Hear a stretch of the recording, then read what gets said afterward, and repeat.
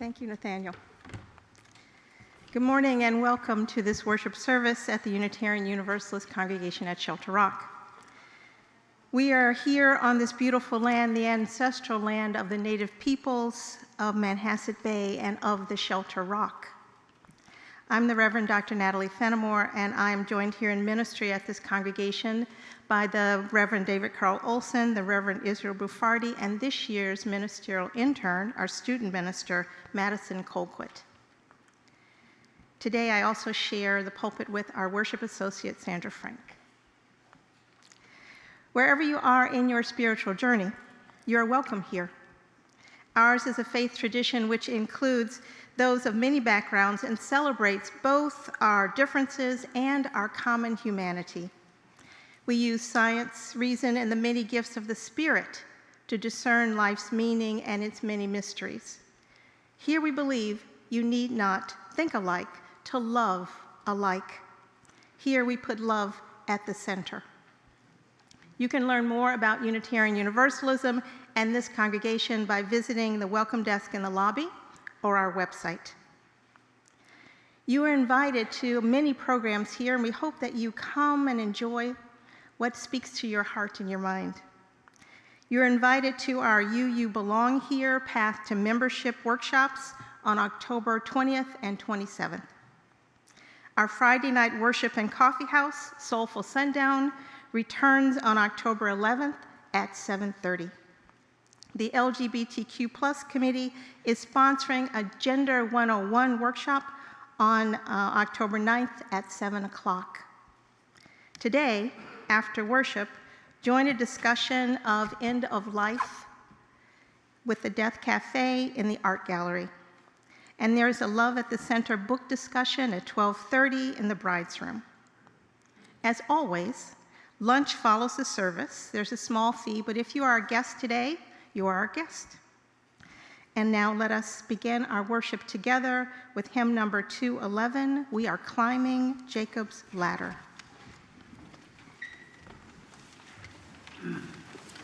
Please rise in body or spirit.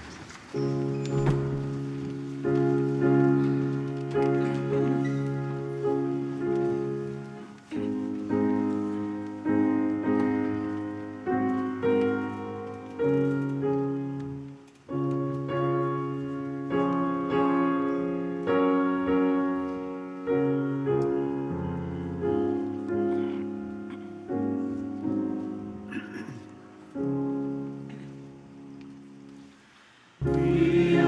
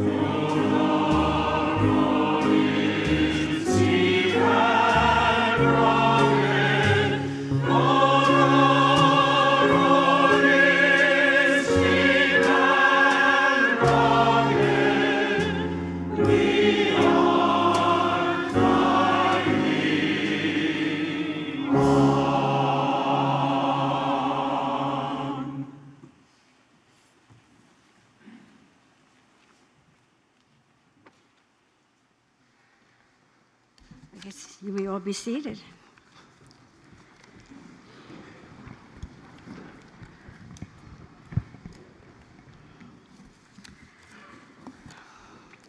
In the Jewish tradition, the 4 chapters of the book of Jonah are read aloud on Yom Kippur. Jonah is a minor prophet in the Torah, but he has a big message. Some of you may know the story. Jonah was sent by God to Nineveh to warn the people that if they did not change their ways, they would be destroyed. The people there were not his people. They were not Jews. And Jonah knows that they will not listen to him. Who listens to prophets anyway? So Jonah runs away in a boat. But, of course, God of the Hebrew Scriptures knows where Jonah is and causes a storm in the waters. When the crew of the boat sees that God is after Jonah, they throw him overboard. Jonah actually had told them to do that so that they would not suffer because of his actions. God still wants his prophet to go to Nineveh.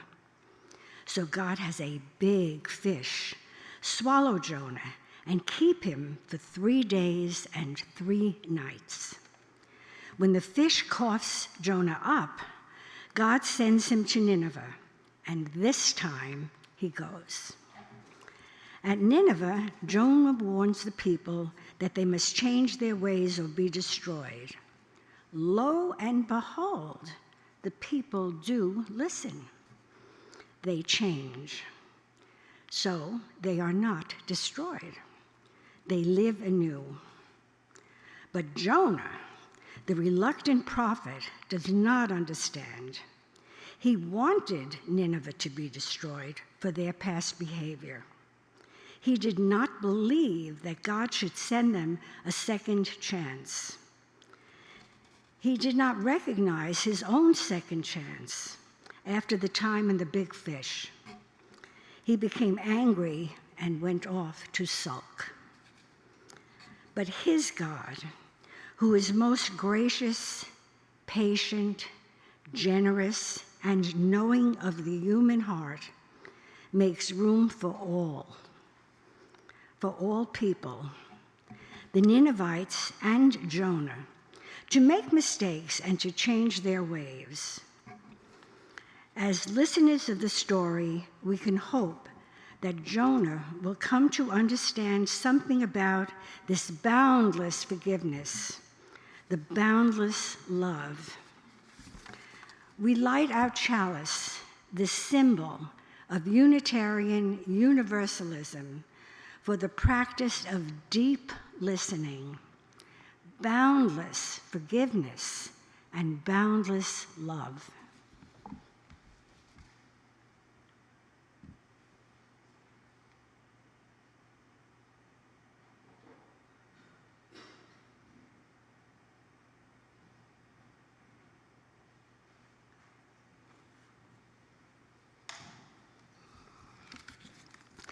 I'm asking you to please rise in body or spirit to recite the words of affirmation. They're on the screen.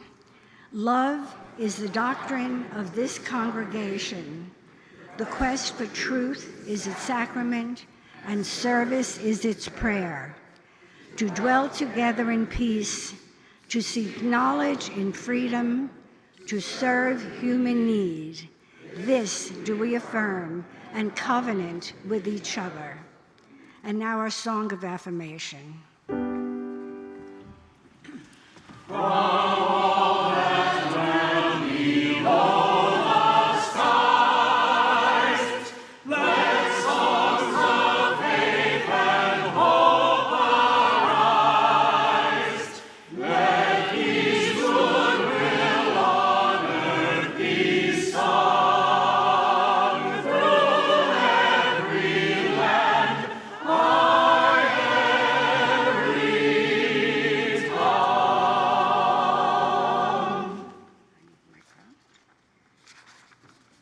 be seated.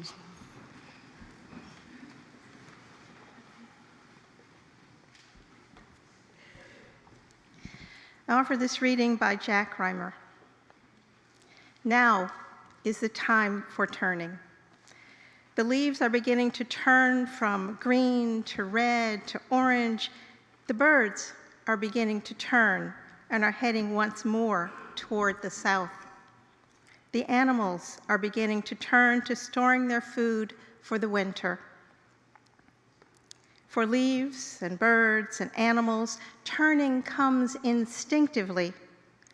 But for us, turning does not come so easily. It takes an act of will for us to make a turn. It means breaking with old habits. It means losing face. It means starting over again. This is always painful. It means saying, I am sorry.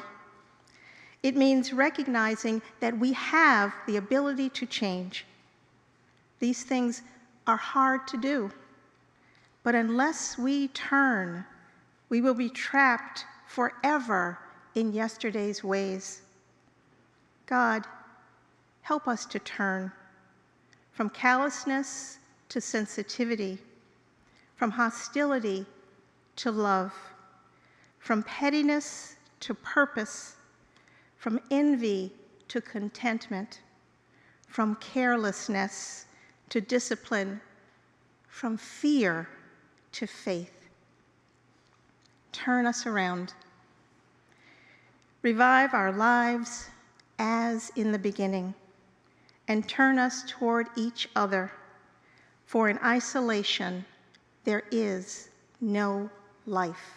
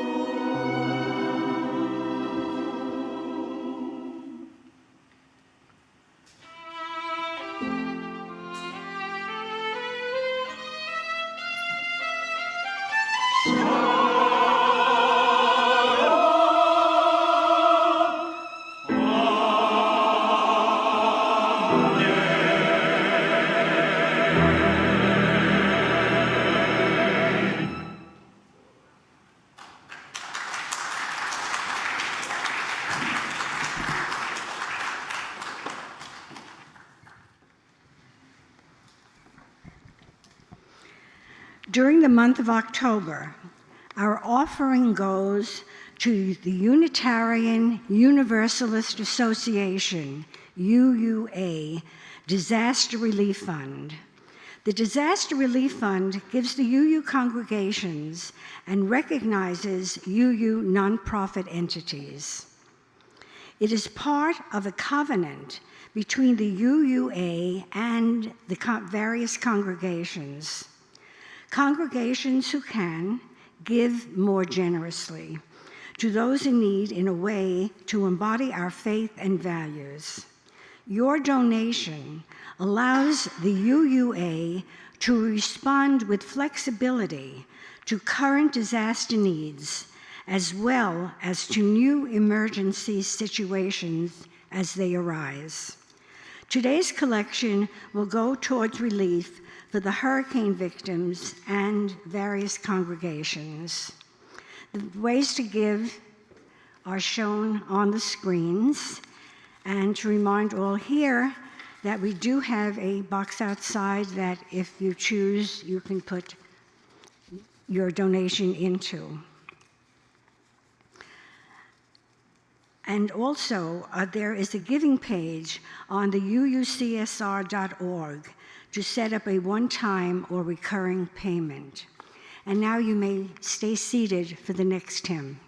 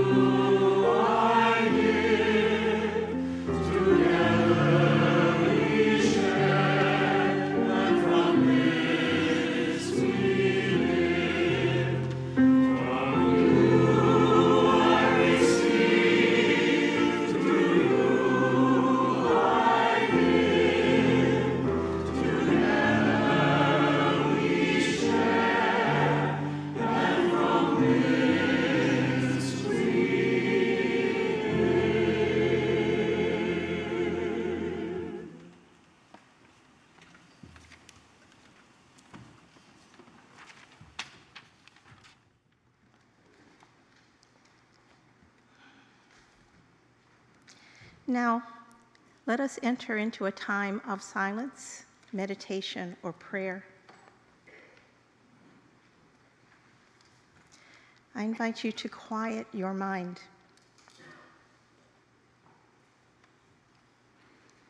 Breathe. Breathe deeply, slowly, in, out, deeply. Feel your body. You are a physical being. Feel your body. Be aware of the presence of the bodies which surround you. Know that there are others near you.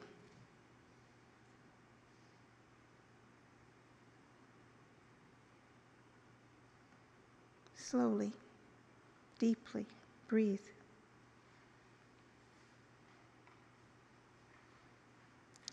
Push away from you the need to hurry or struggle as best you can.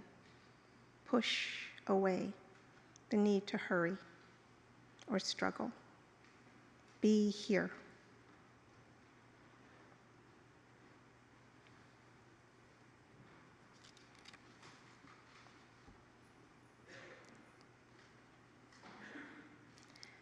I know it is not easy to find peace of mind. We are troubled by war and politics. Tomorrow, Israel commemorates the horrific attack of October 7th. Civilians in Gaza and Lebanon also suffer greatly. Sudan, Haiti, Ukraine. People, children suffer.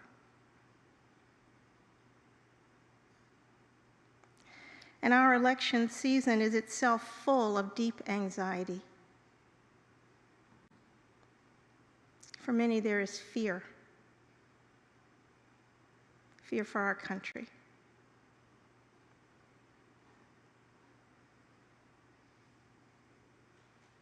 Our friends in Florida, Georgia, and North Carolina face a long and difficult recovery from hurricane damage.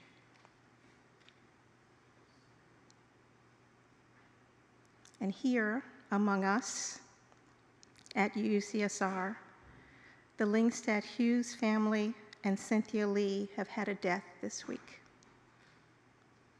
We grieve with them. We hold them in our hearts.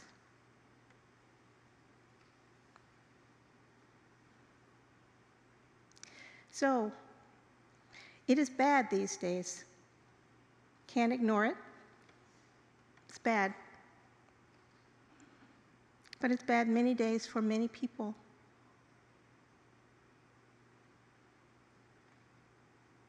However, we can find hope if we come together. We can not only endure, but thrive if we come together. If we hold each other.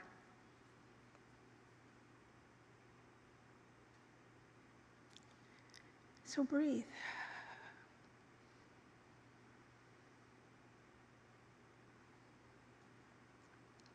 Lessen your burden by leaning on one another.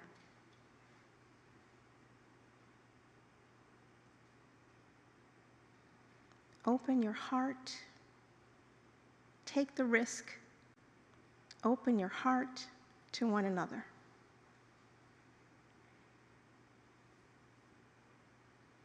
Find what is holy here and now, and hold it tight.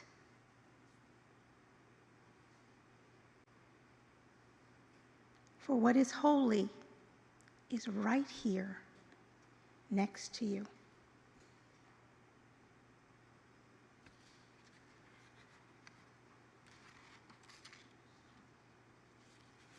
Amen.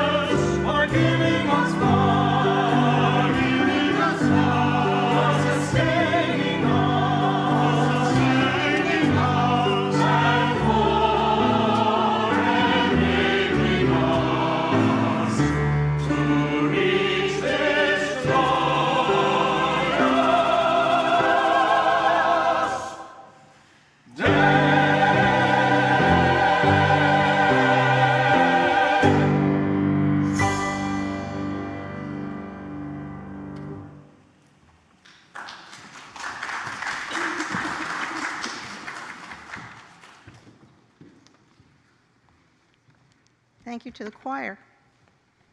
Sometimes think I really don't have to say anything, I just let them sing, and we'd be good. Between the beautiful picture you have of the grounds outside and the music, we are whole. In this season of the Jewish high holidays, we reflect on what to us as Unitarian Universalists is holy. Our pluralist faith community holds that there are many ways to experience the divine, to know peace, to find connectedness and purpose.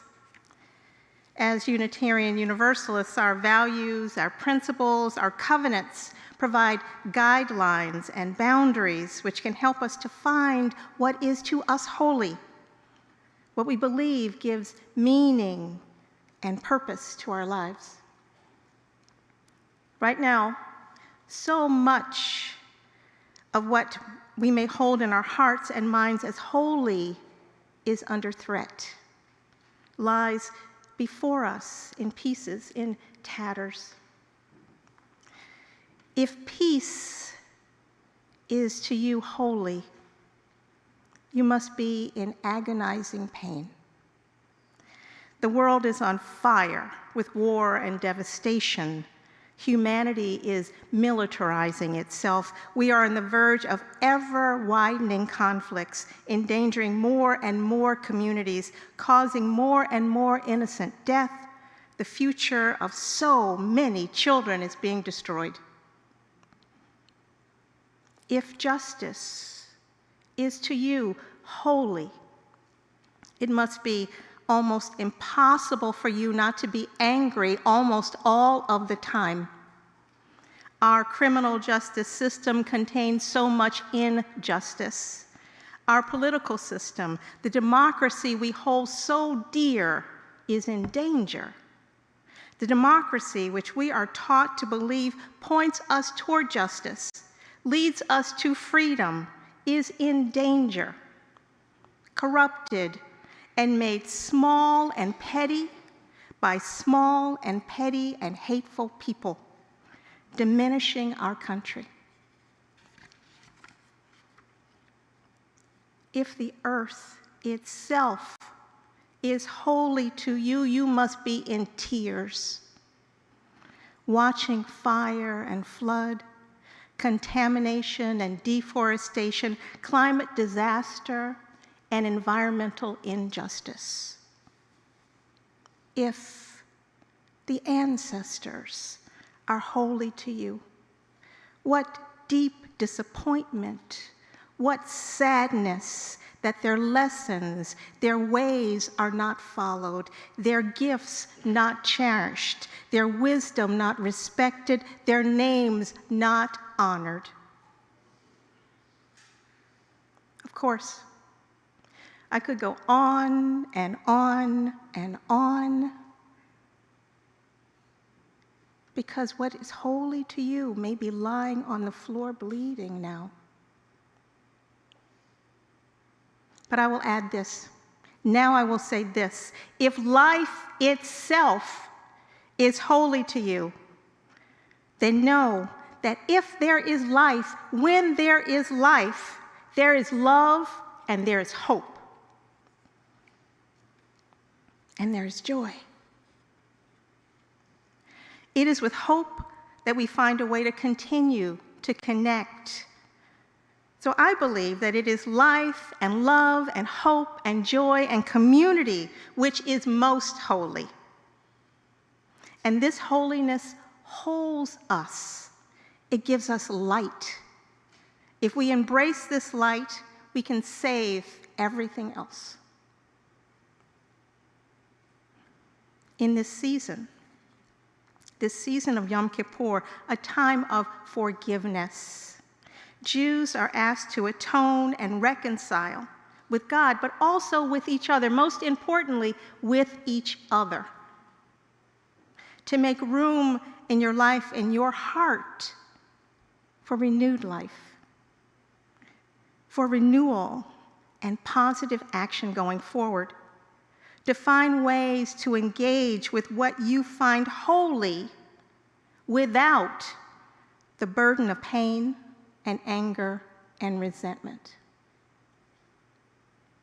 It is a lesson for all of us, of all faiths, of all backgrounds, to understand that we are going to make mistakes, to do wrong, to transgress, to harm.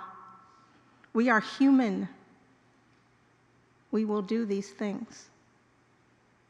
And we are human, so we are also capable of change and reconciliation, like the people of Nineveh.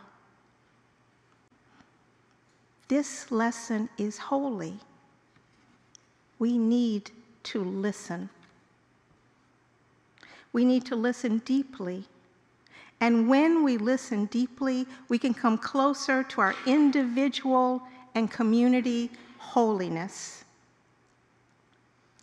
To listen deeply is to listen with your heart, to understand what the other person is saying and feeling, to open your heart to another. Paul Tillich says that the first duty of love is to listen.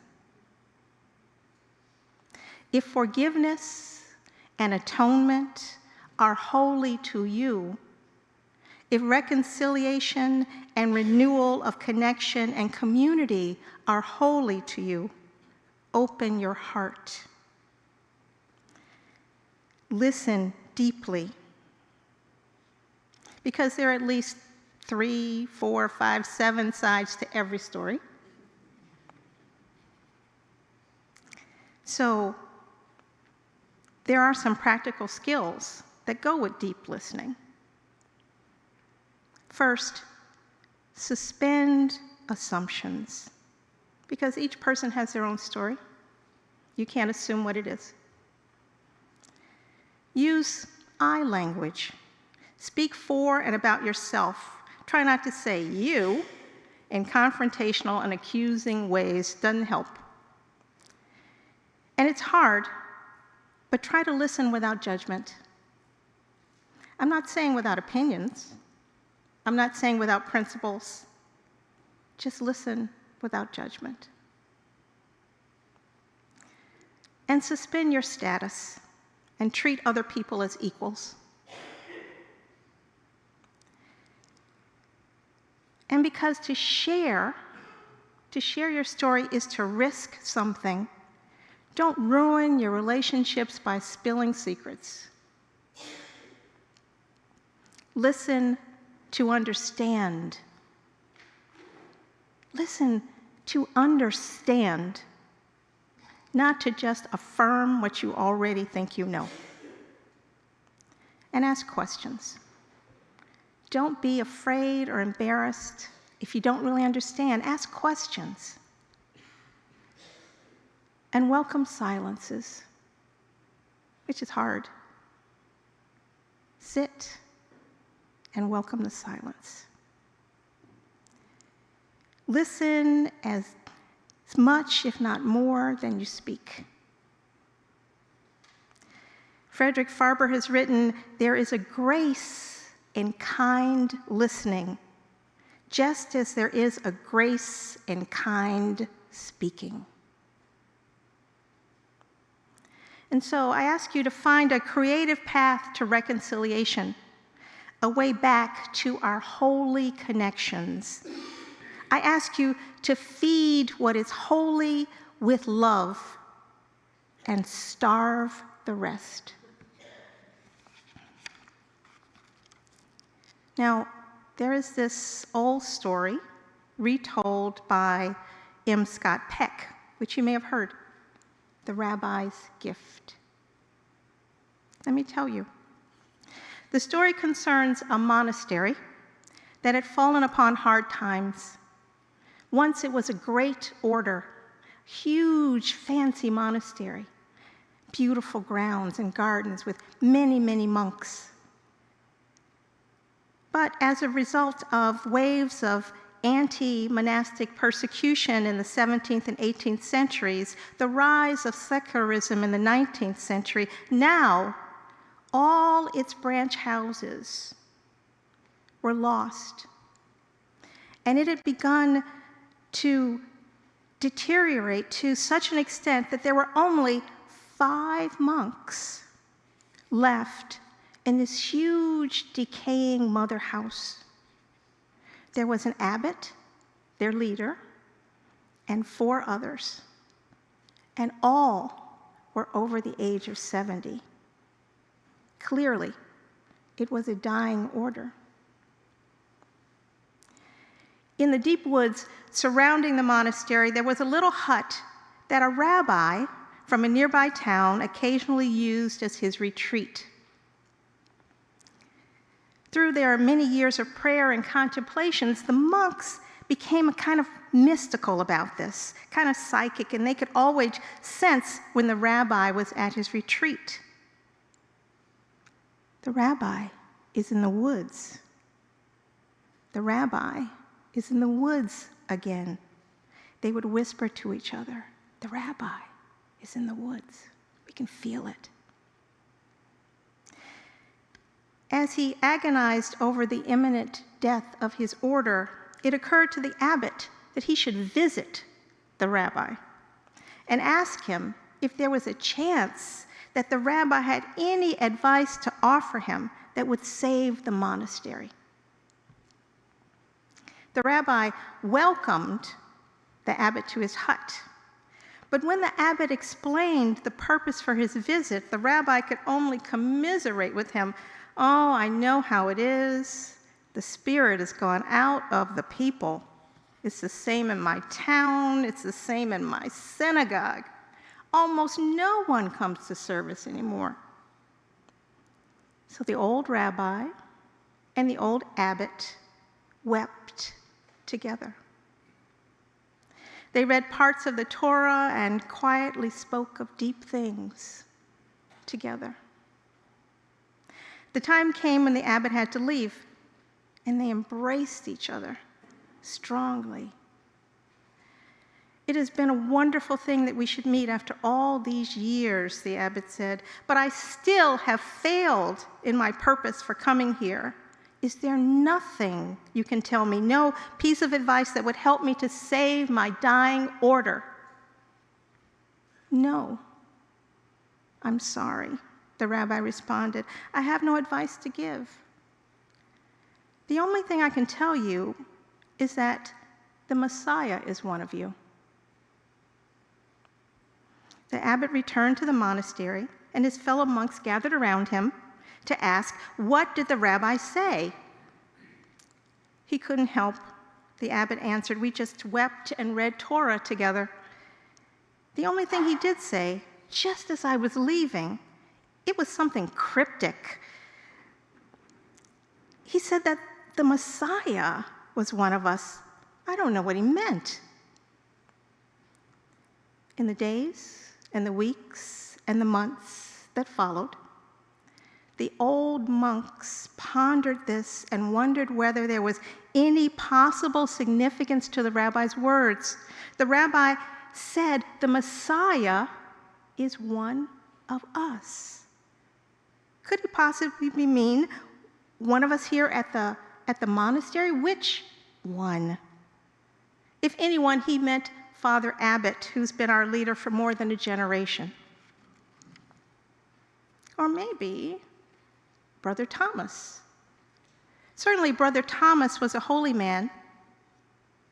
He could not mean Brother Elred because he gets crotchety. But then again, even though he's a thorn in our side, he's almost always right. But surely not Brother Philip, who is so passive. The Messiah can't be that passive. But then Philip always seems to be there when you need him. So maybe Philip is the Messiah. Maybe the Messiah is the one who's always there when you need him. They thought, of course, the rabbi did not mean me. I'm just an ordinary person. But as they thought about this, the old monks began to treat each other with extraordinary respect on the off chance that one of them was the Messiah. And thinking that maybe they might be the Messiah, each monk began to treat themselves with extraordinary respect. Now, because the forest around the monastery was beautiful still, people came from town to visit and picnic on the lawn. And some wandered the grounds and even came into the chapel, dilapidated though it was, to meditate. And as they did, they began to notice, to feel the extraordinary respect with which the monks treated each other. The monastery became strangely attractive to people outside. More and more people visited, and it became known as a special and sacred place. Then some of the younger men began to speak with the old monks, and they asked if they could join them. So that within a few years, the monastery was once again a thriving order, thanks to the rabbi's gift. Now, I believe that the old rabbi had said the same thing to everyone. The Messiah is one of you. He said that to those in the synagogue. He said that to those in the town. He said that to those shopping with the grocer, the farmers in the field. The Messiah is one of you. He said that to the children in the schoolyard. The Messiah is one of you. Listen. Listen. Listen. The Messiah is one of you. Know that within yourself, or maybe within the person next to you, there is the holy. There is the ability to embody all that is holy. All around you, there are the anointed ones. There is the light of life, and with life there is hope, and with hope there is what is holy. We can make this manifest in the world. Hope that we hold holy, that what has been wounded can be healed. Love that will make what is holy shine and lead us to treat ourselves and one another with the utmost and extraordinary respect and affection. For what to us is holy must be within us, and most importantly, must be among us and between us. May we act upon this truth. May we feed and nourish that which is holy, that which we hold dear, so that it may live and grow. May it be so. Amen. Please rise in body or spirit for our closing hymn, number 168, One More Step.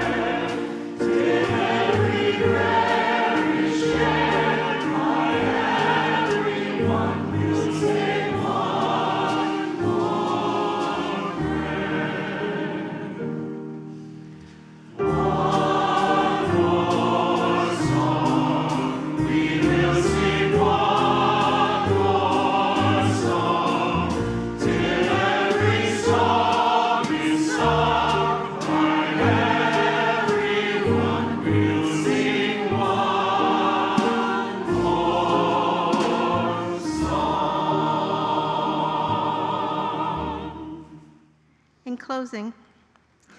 Listen, can you hear it? The Spirit is calling. It calls us in the silence and through the noises and busyness of our daily lives. It calls us in the brightness of the day and the darkness of the night, in the times of hope and despair. Listen, can you hear it? The Spirit is calling. It doesn't matter what you call it. It has no name. It has many names. The Spirit of life, the Spirit of love, the Spirit of compassion, the Spirit of hope, the Spirit of justice. Listen, can you hear it? The Spirit is calling. It is calling to you and to me. It's calling us to greater wholeness, greater connection, greater service, greater love. It's calling us to heal the brokenness within ourselves, in others, and in the world. It's calling us to live more deeply.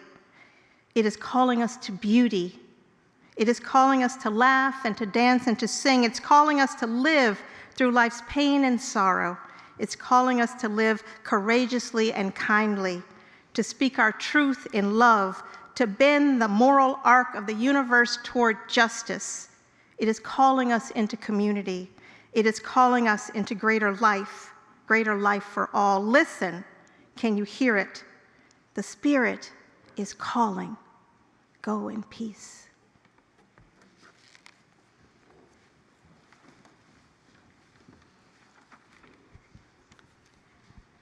We extinguish this chalice, but not the light of truth, the warmth of community, or the fire of commitment.